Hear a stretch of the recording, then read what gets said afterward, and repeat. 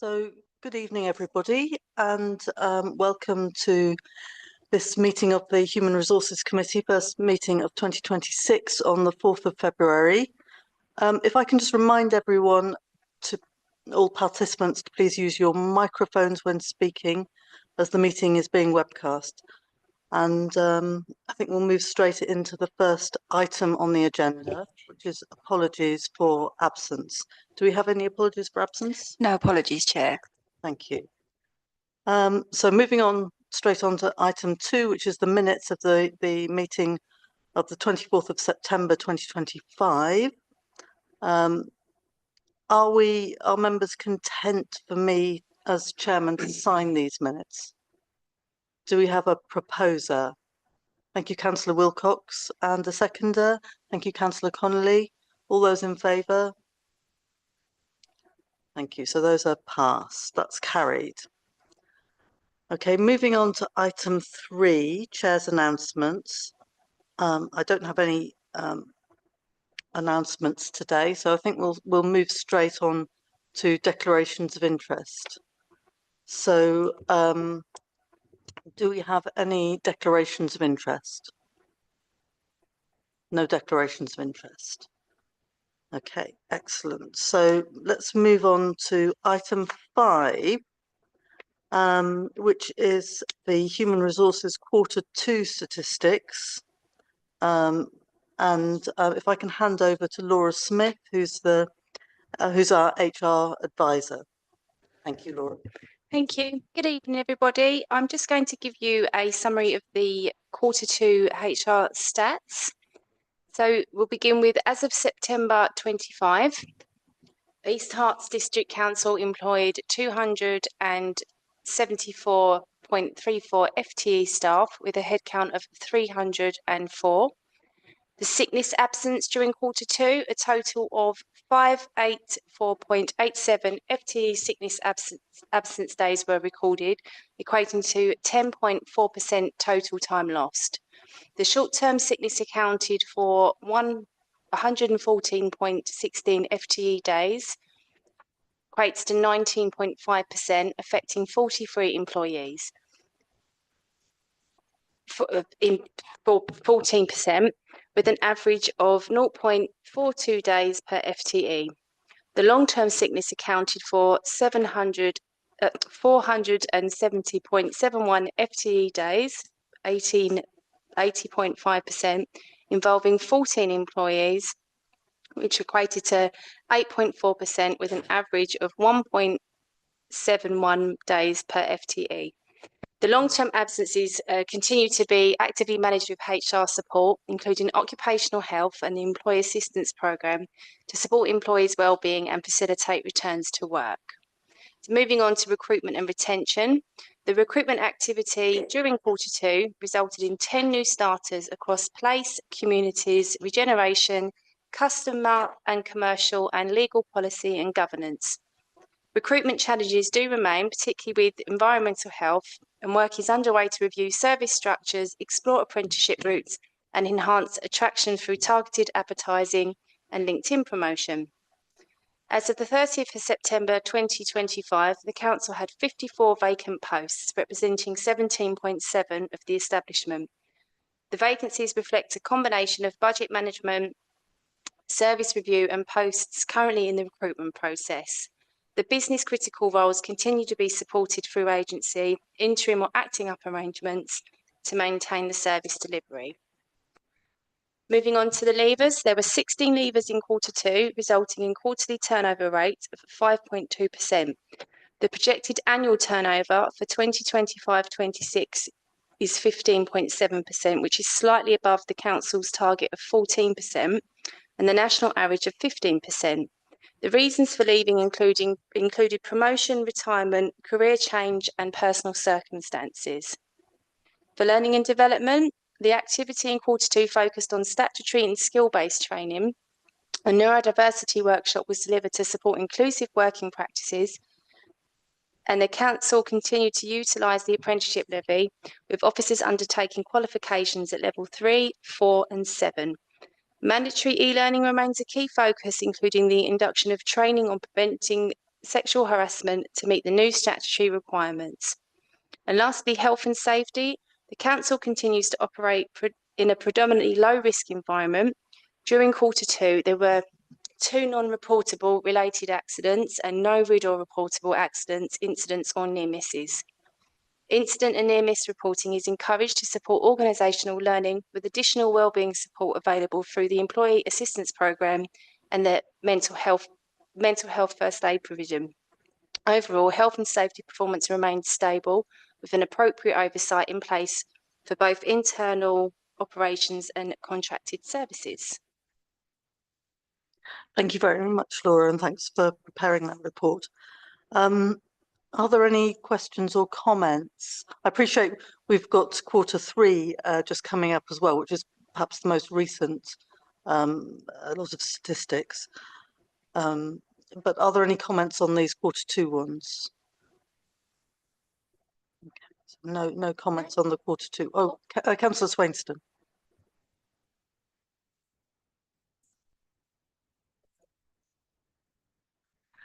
Yeah, I'm just slightly disappointed because I feel we've moved backwards a bit because we had previously asked for sort of data so it was comparative because it's not very meaningful in this state. So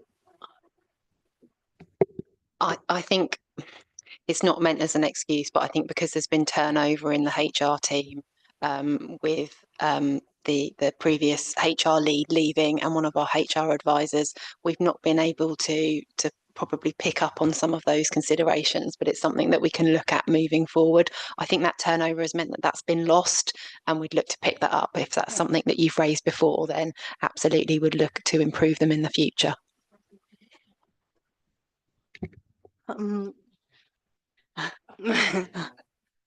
Councillor Swainston, I wonder if there's particular areas of comparativeness that we need to look at, because I know comparative with other similar councils you're talking about. yes, I think that's the main thing. But I mean, even within this council, I guess we're supposed to be looking at trends and patterns, and I appreciate, I do fully appreciate the difficulties that you've had. But it's quite bold just having this quarter. We need the data to see how it goes, and we do need, I mean, obviously it will vary anyway, this time of year there's more illnesses, the acute illnesses and things. So, but to get a real idea of what's going on, and as you say, compare us with other like organisations, I think is more meaningful. So I think what we've had before is perhaps comparisons across the years, as well as with other organisations, just so that we can give a clear. Yeah, I mean, I'm happy at some point to go back and have a look through and see, because we definitely at one point thought, yes, this is it, we're getting that. I think that would be really helpful, and I've taken the point that you're looking for it to be more meaningful, and I think I understand where you're coming from. So apologies that we've not been able to do that, but we will look to make sure that that's picked up in the future. Thank you. Yes, and I think just on that point is looking at the vacancies figure, which includes all sorts of different categories of vacancies. It would be good as well to have a kind of clearer idea of what are actual vacancies rather than posts being held or not, if you like, fractional posts that are not going to be filled. So if that can be included as well, so that we just get a much clearer idea of what we mean by vacancies. Thank you. So if we can move on to, can I have a proposer for the recommendation, which is to consider the Human Resources Management report for Q2, July to September 2025, and provide any comments to the Human Resources Advisor regarding the content or formatting of the report. So could I have a proposer for that? Councillor Connolly, thank you. And a seconder? Councillor Swainston. All those in favour? So thank you, that's carried. So moving on to the Q3 statistics. I hand back to you, Laura. Thanks very much. Thank you. So again, I'm just going to provide a summary of the Q3 HR statistics. So as of December 2025, East Herts Council employed 269.91 full-time equivalent FTE staff with a headcount of 299. The sickness absence during Q3, a total of 712.91 FTE sickness absence days were recorded, equating to 11.9 total of lost time. The short-term sickness accounted for 238.69 FTE days, 33.5%, with 75 employees, 25% of staff affected. The average short-term absence was 0.80 days per FTE. The long-term sickness accounted for 474.22 FTE days, equating to 67.5, involving 17 employees at 5.7%, with an average day of 1.76 days per FTE. The long-term absence, again, it continues to be actively managed with the HR support, utilising the occupational health and the employee assistance programme to facilitate the safe and sustainable returns to work. If we move on to the recruitment and retention, so 7 new starters joined the council during Q3 across place, executive support, regeneration, customer and commercial, and human resources. Recruitment continues through multiple platforms, including Jobs Go Public and LinkedIn. As of the 31st of December 25, there were 55 vacant posts, representing 15.2% of the establishment. The vacancies arise from a range of reasons, including budget management, service reviews, and posts currently in the recruitment process. Our hard-to-fill roles do remain a challenge, particularly in planning and environmental health, with interim solutions in place to ensure the service continuity. There were 9 leavers in Q3, giving a quarterly turnover rate of 3%. The projected annual turnover for 25-26 is 22%, exceeding both the council's target of 14% and the national average of 15%. The leavers were spread across several service areas and left for reasons that included promotion, retirement, career change, and personal circumstances. With regards to, if we move on to learning and development, the activity for Q3 focused on improving compliance and oversight of the mandatory training. The new intranet guidance and automated manager reminders were introduced to support the completion of statutory e-learning. A comprehensive review of the mandatory training content is underway. It was scheduled for the completion by January 26. The council continues to maximise use of the apprenticeship levy and the associated employer national insurance relief, supporting both the workforce development and the cost efficiency. A range of targeted training sessions were delivered during the quarter, including domestic abuse awareness and prevent training with strong levels of attendance. Lastly, the health and safety. The council continues to operate in a predominantly low-risk environment. During Q3, there were 4 non-reportable work-related accidents, slightly above the target, but there were no reportable accidents, incidents, or near misses.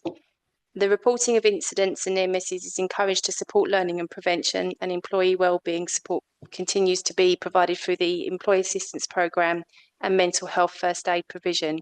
Overall, the health and safety performance remains stable, with appropriate controls in place for both internal operations and contracted services.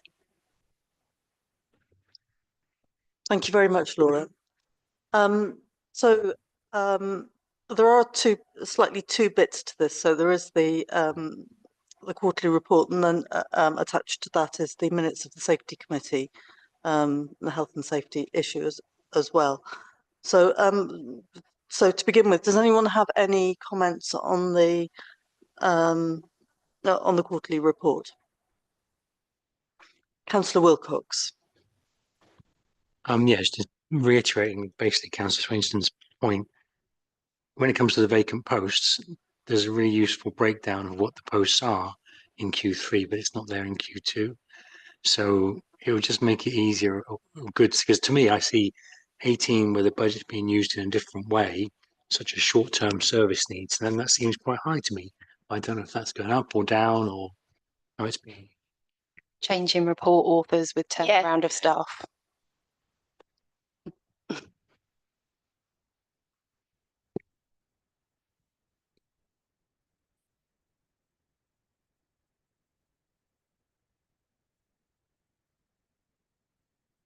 Thank you. Sorry. Yeah. Any, Councillor Connolly, thank you. Yes, I'd put the notes that I would have liked the breakdown of the 54 in quarter 2, and then there it was in quarter 3. So that was, I could strike through that straight away. But that's a real good improvement, and we would appreciate that going forward. I also had some comments on the learning and development. Again, it's a request for data, really. As councillors, we experienced weekly emails for quite some time. I don't know who's still getting them, for training that we haven't appreciated that we had to do. I did them just in the interest because I'm the chair of the development, what's it called? Member Development Committee. And I would appreciate maybe a conversation with HR on what those courses are. I think half of them I thought, yes, this is probably good that councillors do them, maybe 1 or 2, not necessarily. So maybe it would be good if you could join us at our next meeting. Yeah. Yeah, please.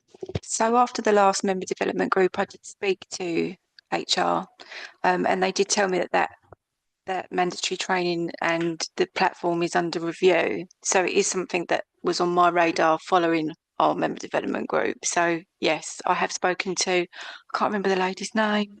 Marie, No, Claire, no. Susan? Yes. So I hadn't forgotten.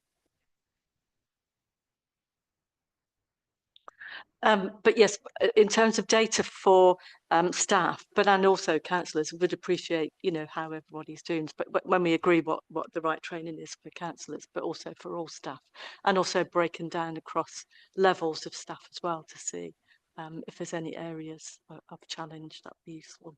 Thank you.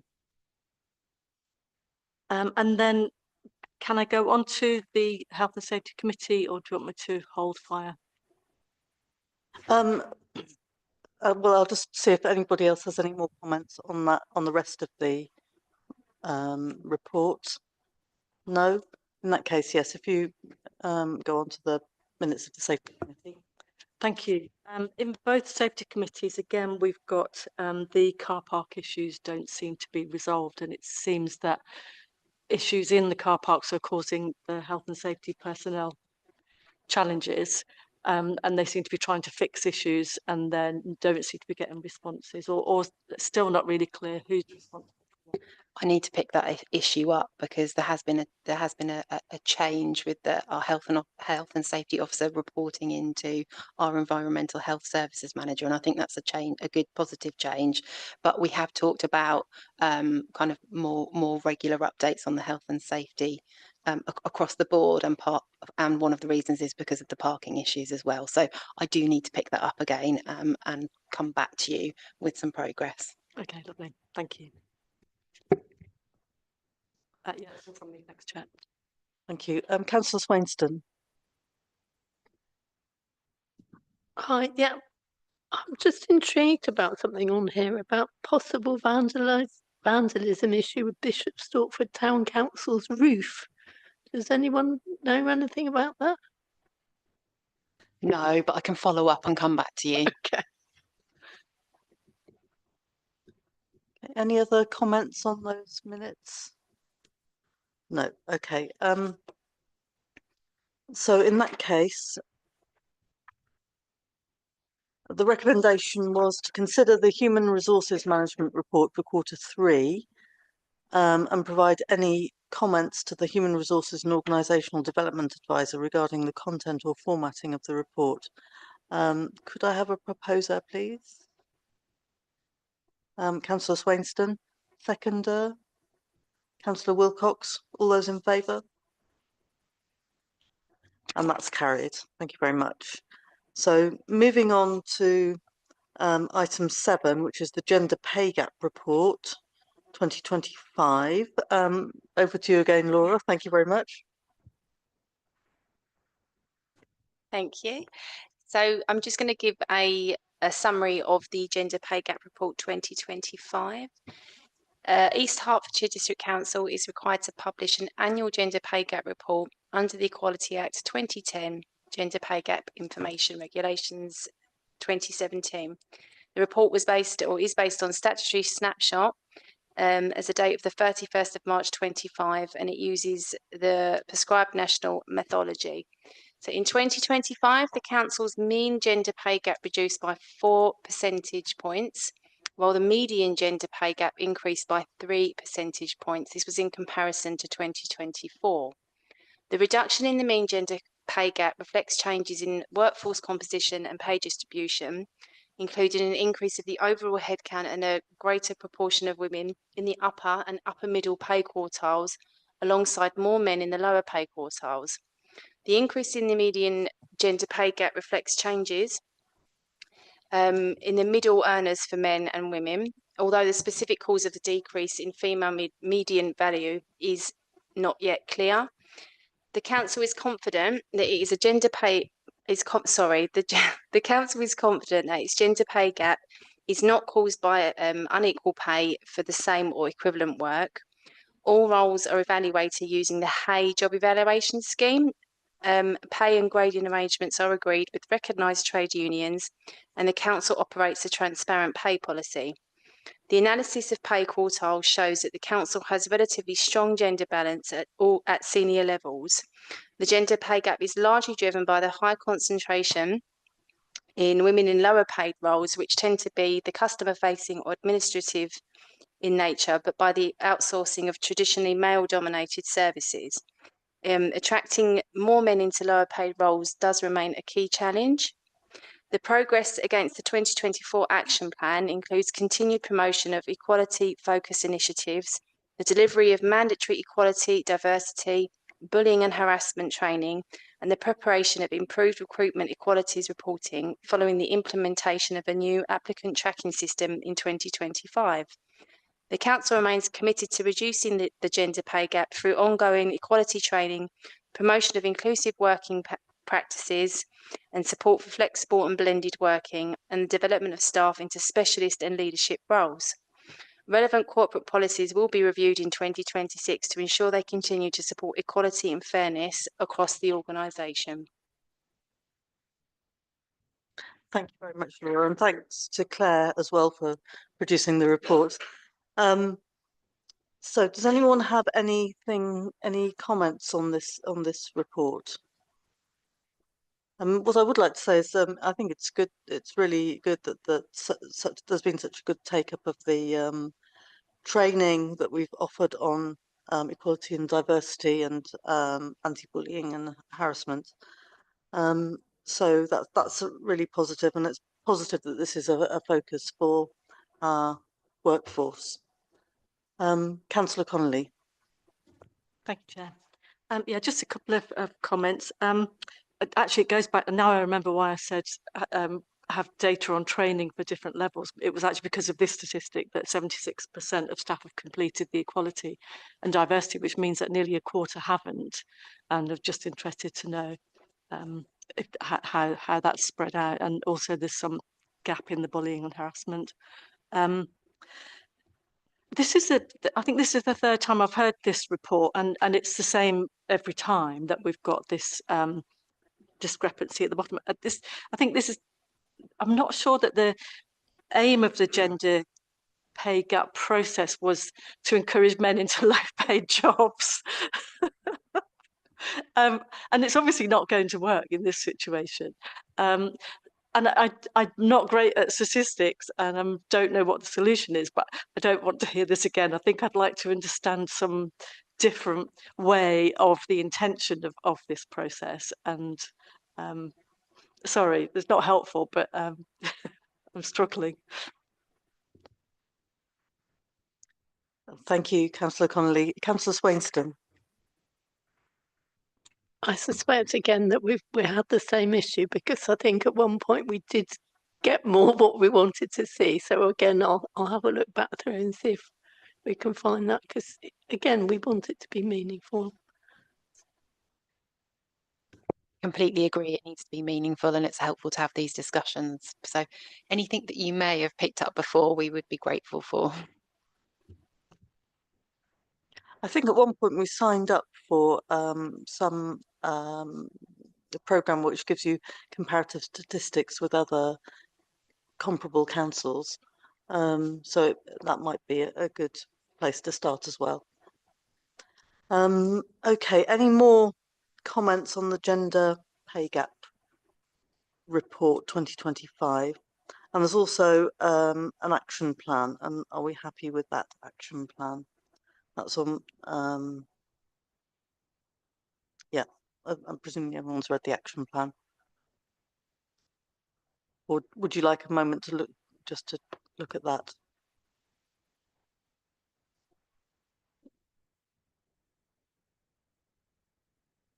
Let's just find it.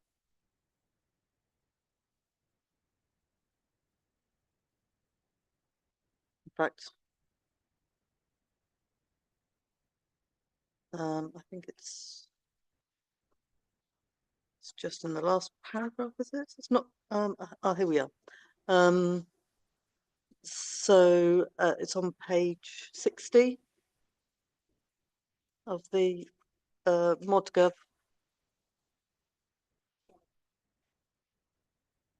report. That's page, yeah, it's, or page 8 of that particular report. That, I mean, it basically mentions some policies that which will be reviewed. Continue to ensure that all staff complete the equality and diversity module. Offer further equalities-based training. Continue to promote equalities-based events such as International Women's Day. Review the development of officers into specialists or aspirant leaders. So that's basically the action plan, I think. Does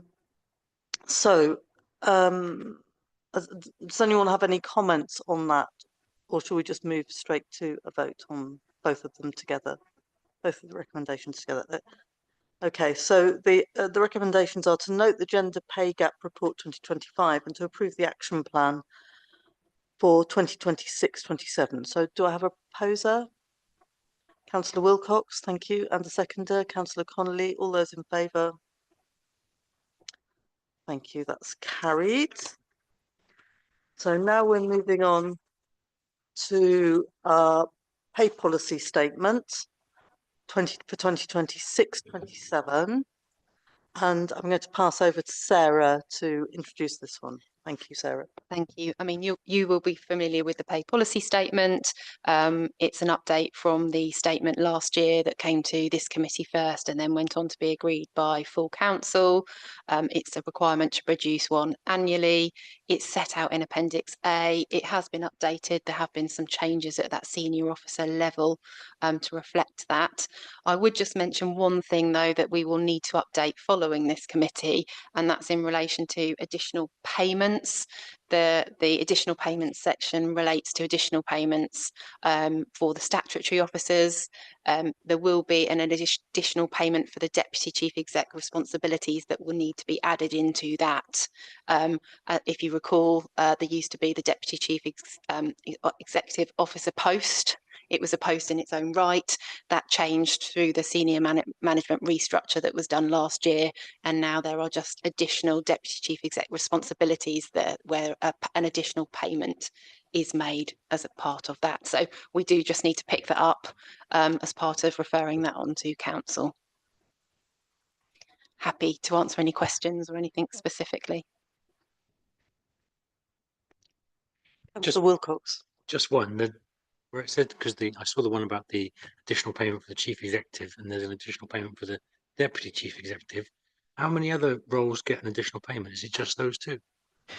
No, there's two. Let me just check the section, because you've got the section 151 officer, the director for finance, and the monitoring officer as a payment, because they're the two statutory posts. Okay. Thank you. Councillor Swainston. Thank you. I would be interested, I don't know if others would, but I would be interested to actually see the NJC scales and what, because I tried to get hold of them for an not to do with this committee actually, but I think it would be helpful if we understood the pay spines and what sort of tasks equate to each pay spine, because that would help us understand the previous stuff as well. I think about the gender pay gap. If we have no clue what those pay spines are and what they relate to, I think that would be something would be good for us to know. We could do that. We could certainly pull that information together. It is available, but we could certainly, rather than just give you the pay scales, we can certainly give you a feel for the types of posts Yeah. that fall within certain pay scales, if you would find that helpful. That would be really helpful. Thank you.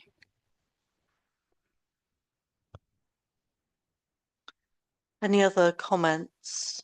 Are we happy with the recommendations? So the recommendation is basically that the pay policy statement 2026-27 be recommended for approval for council.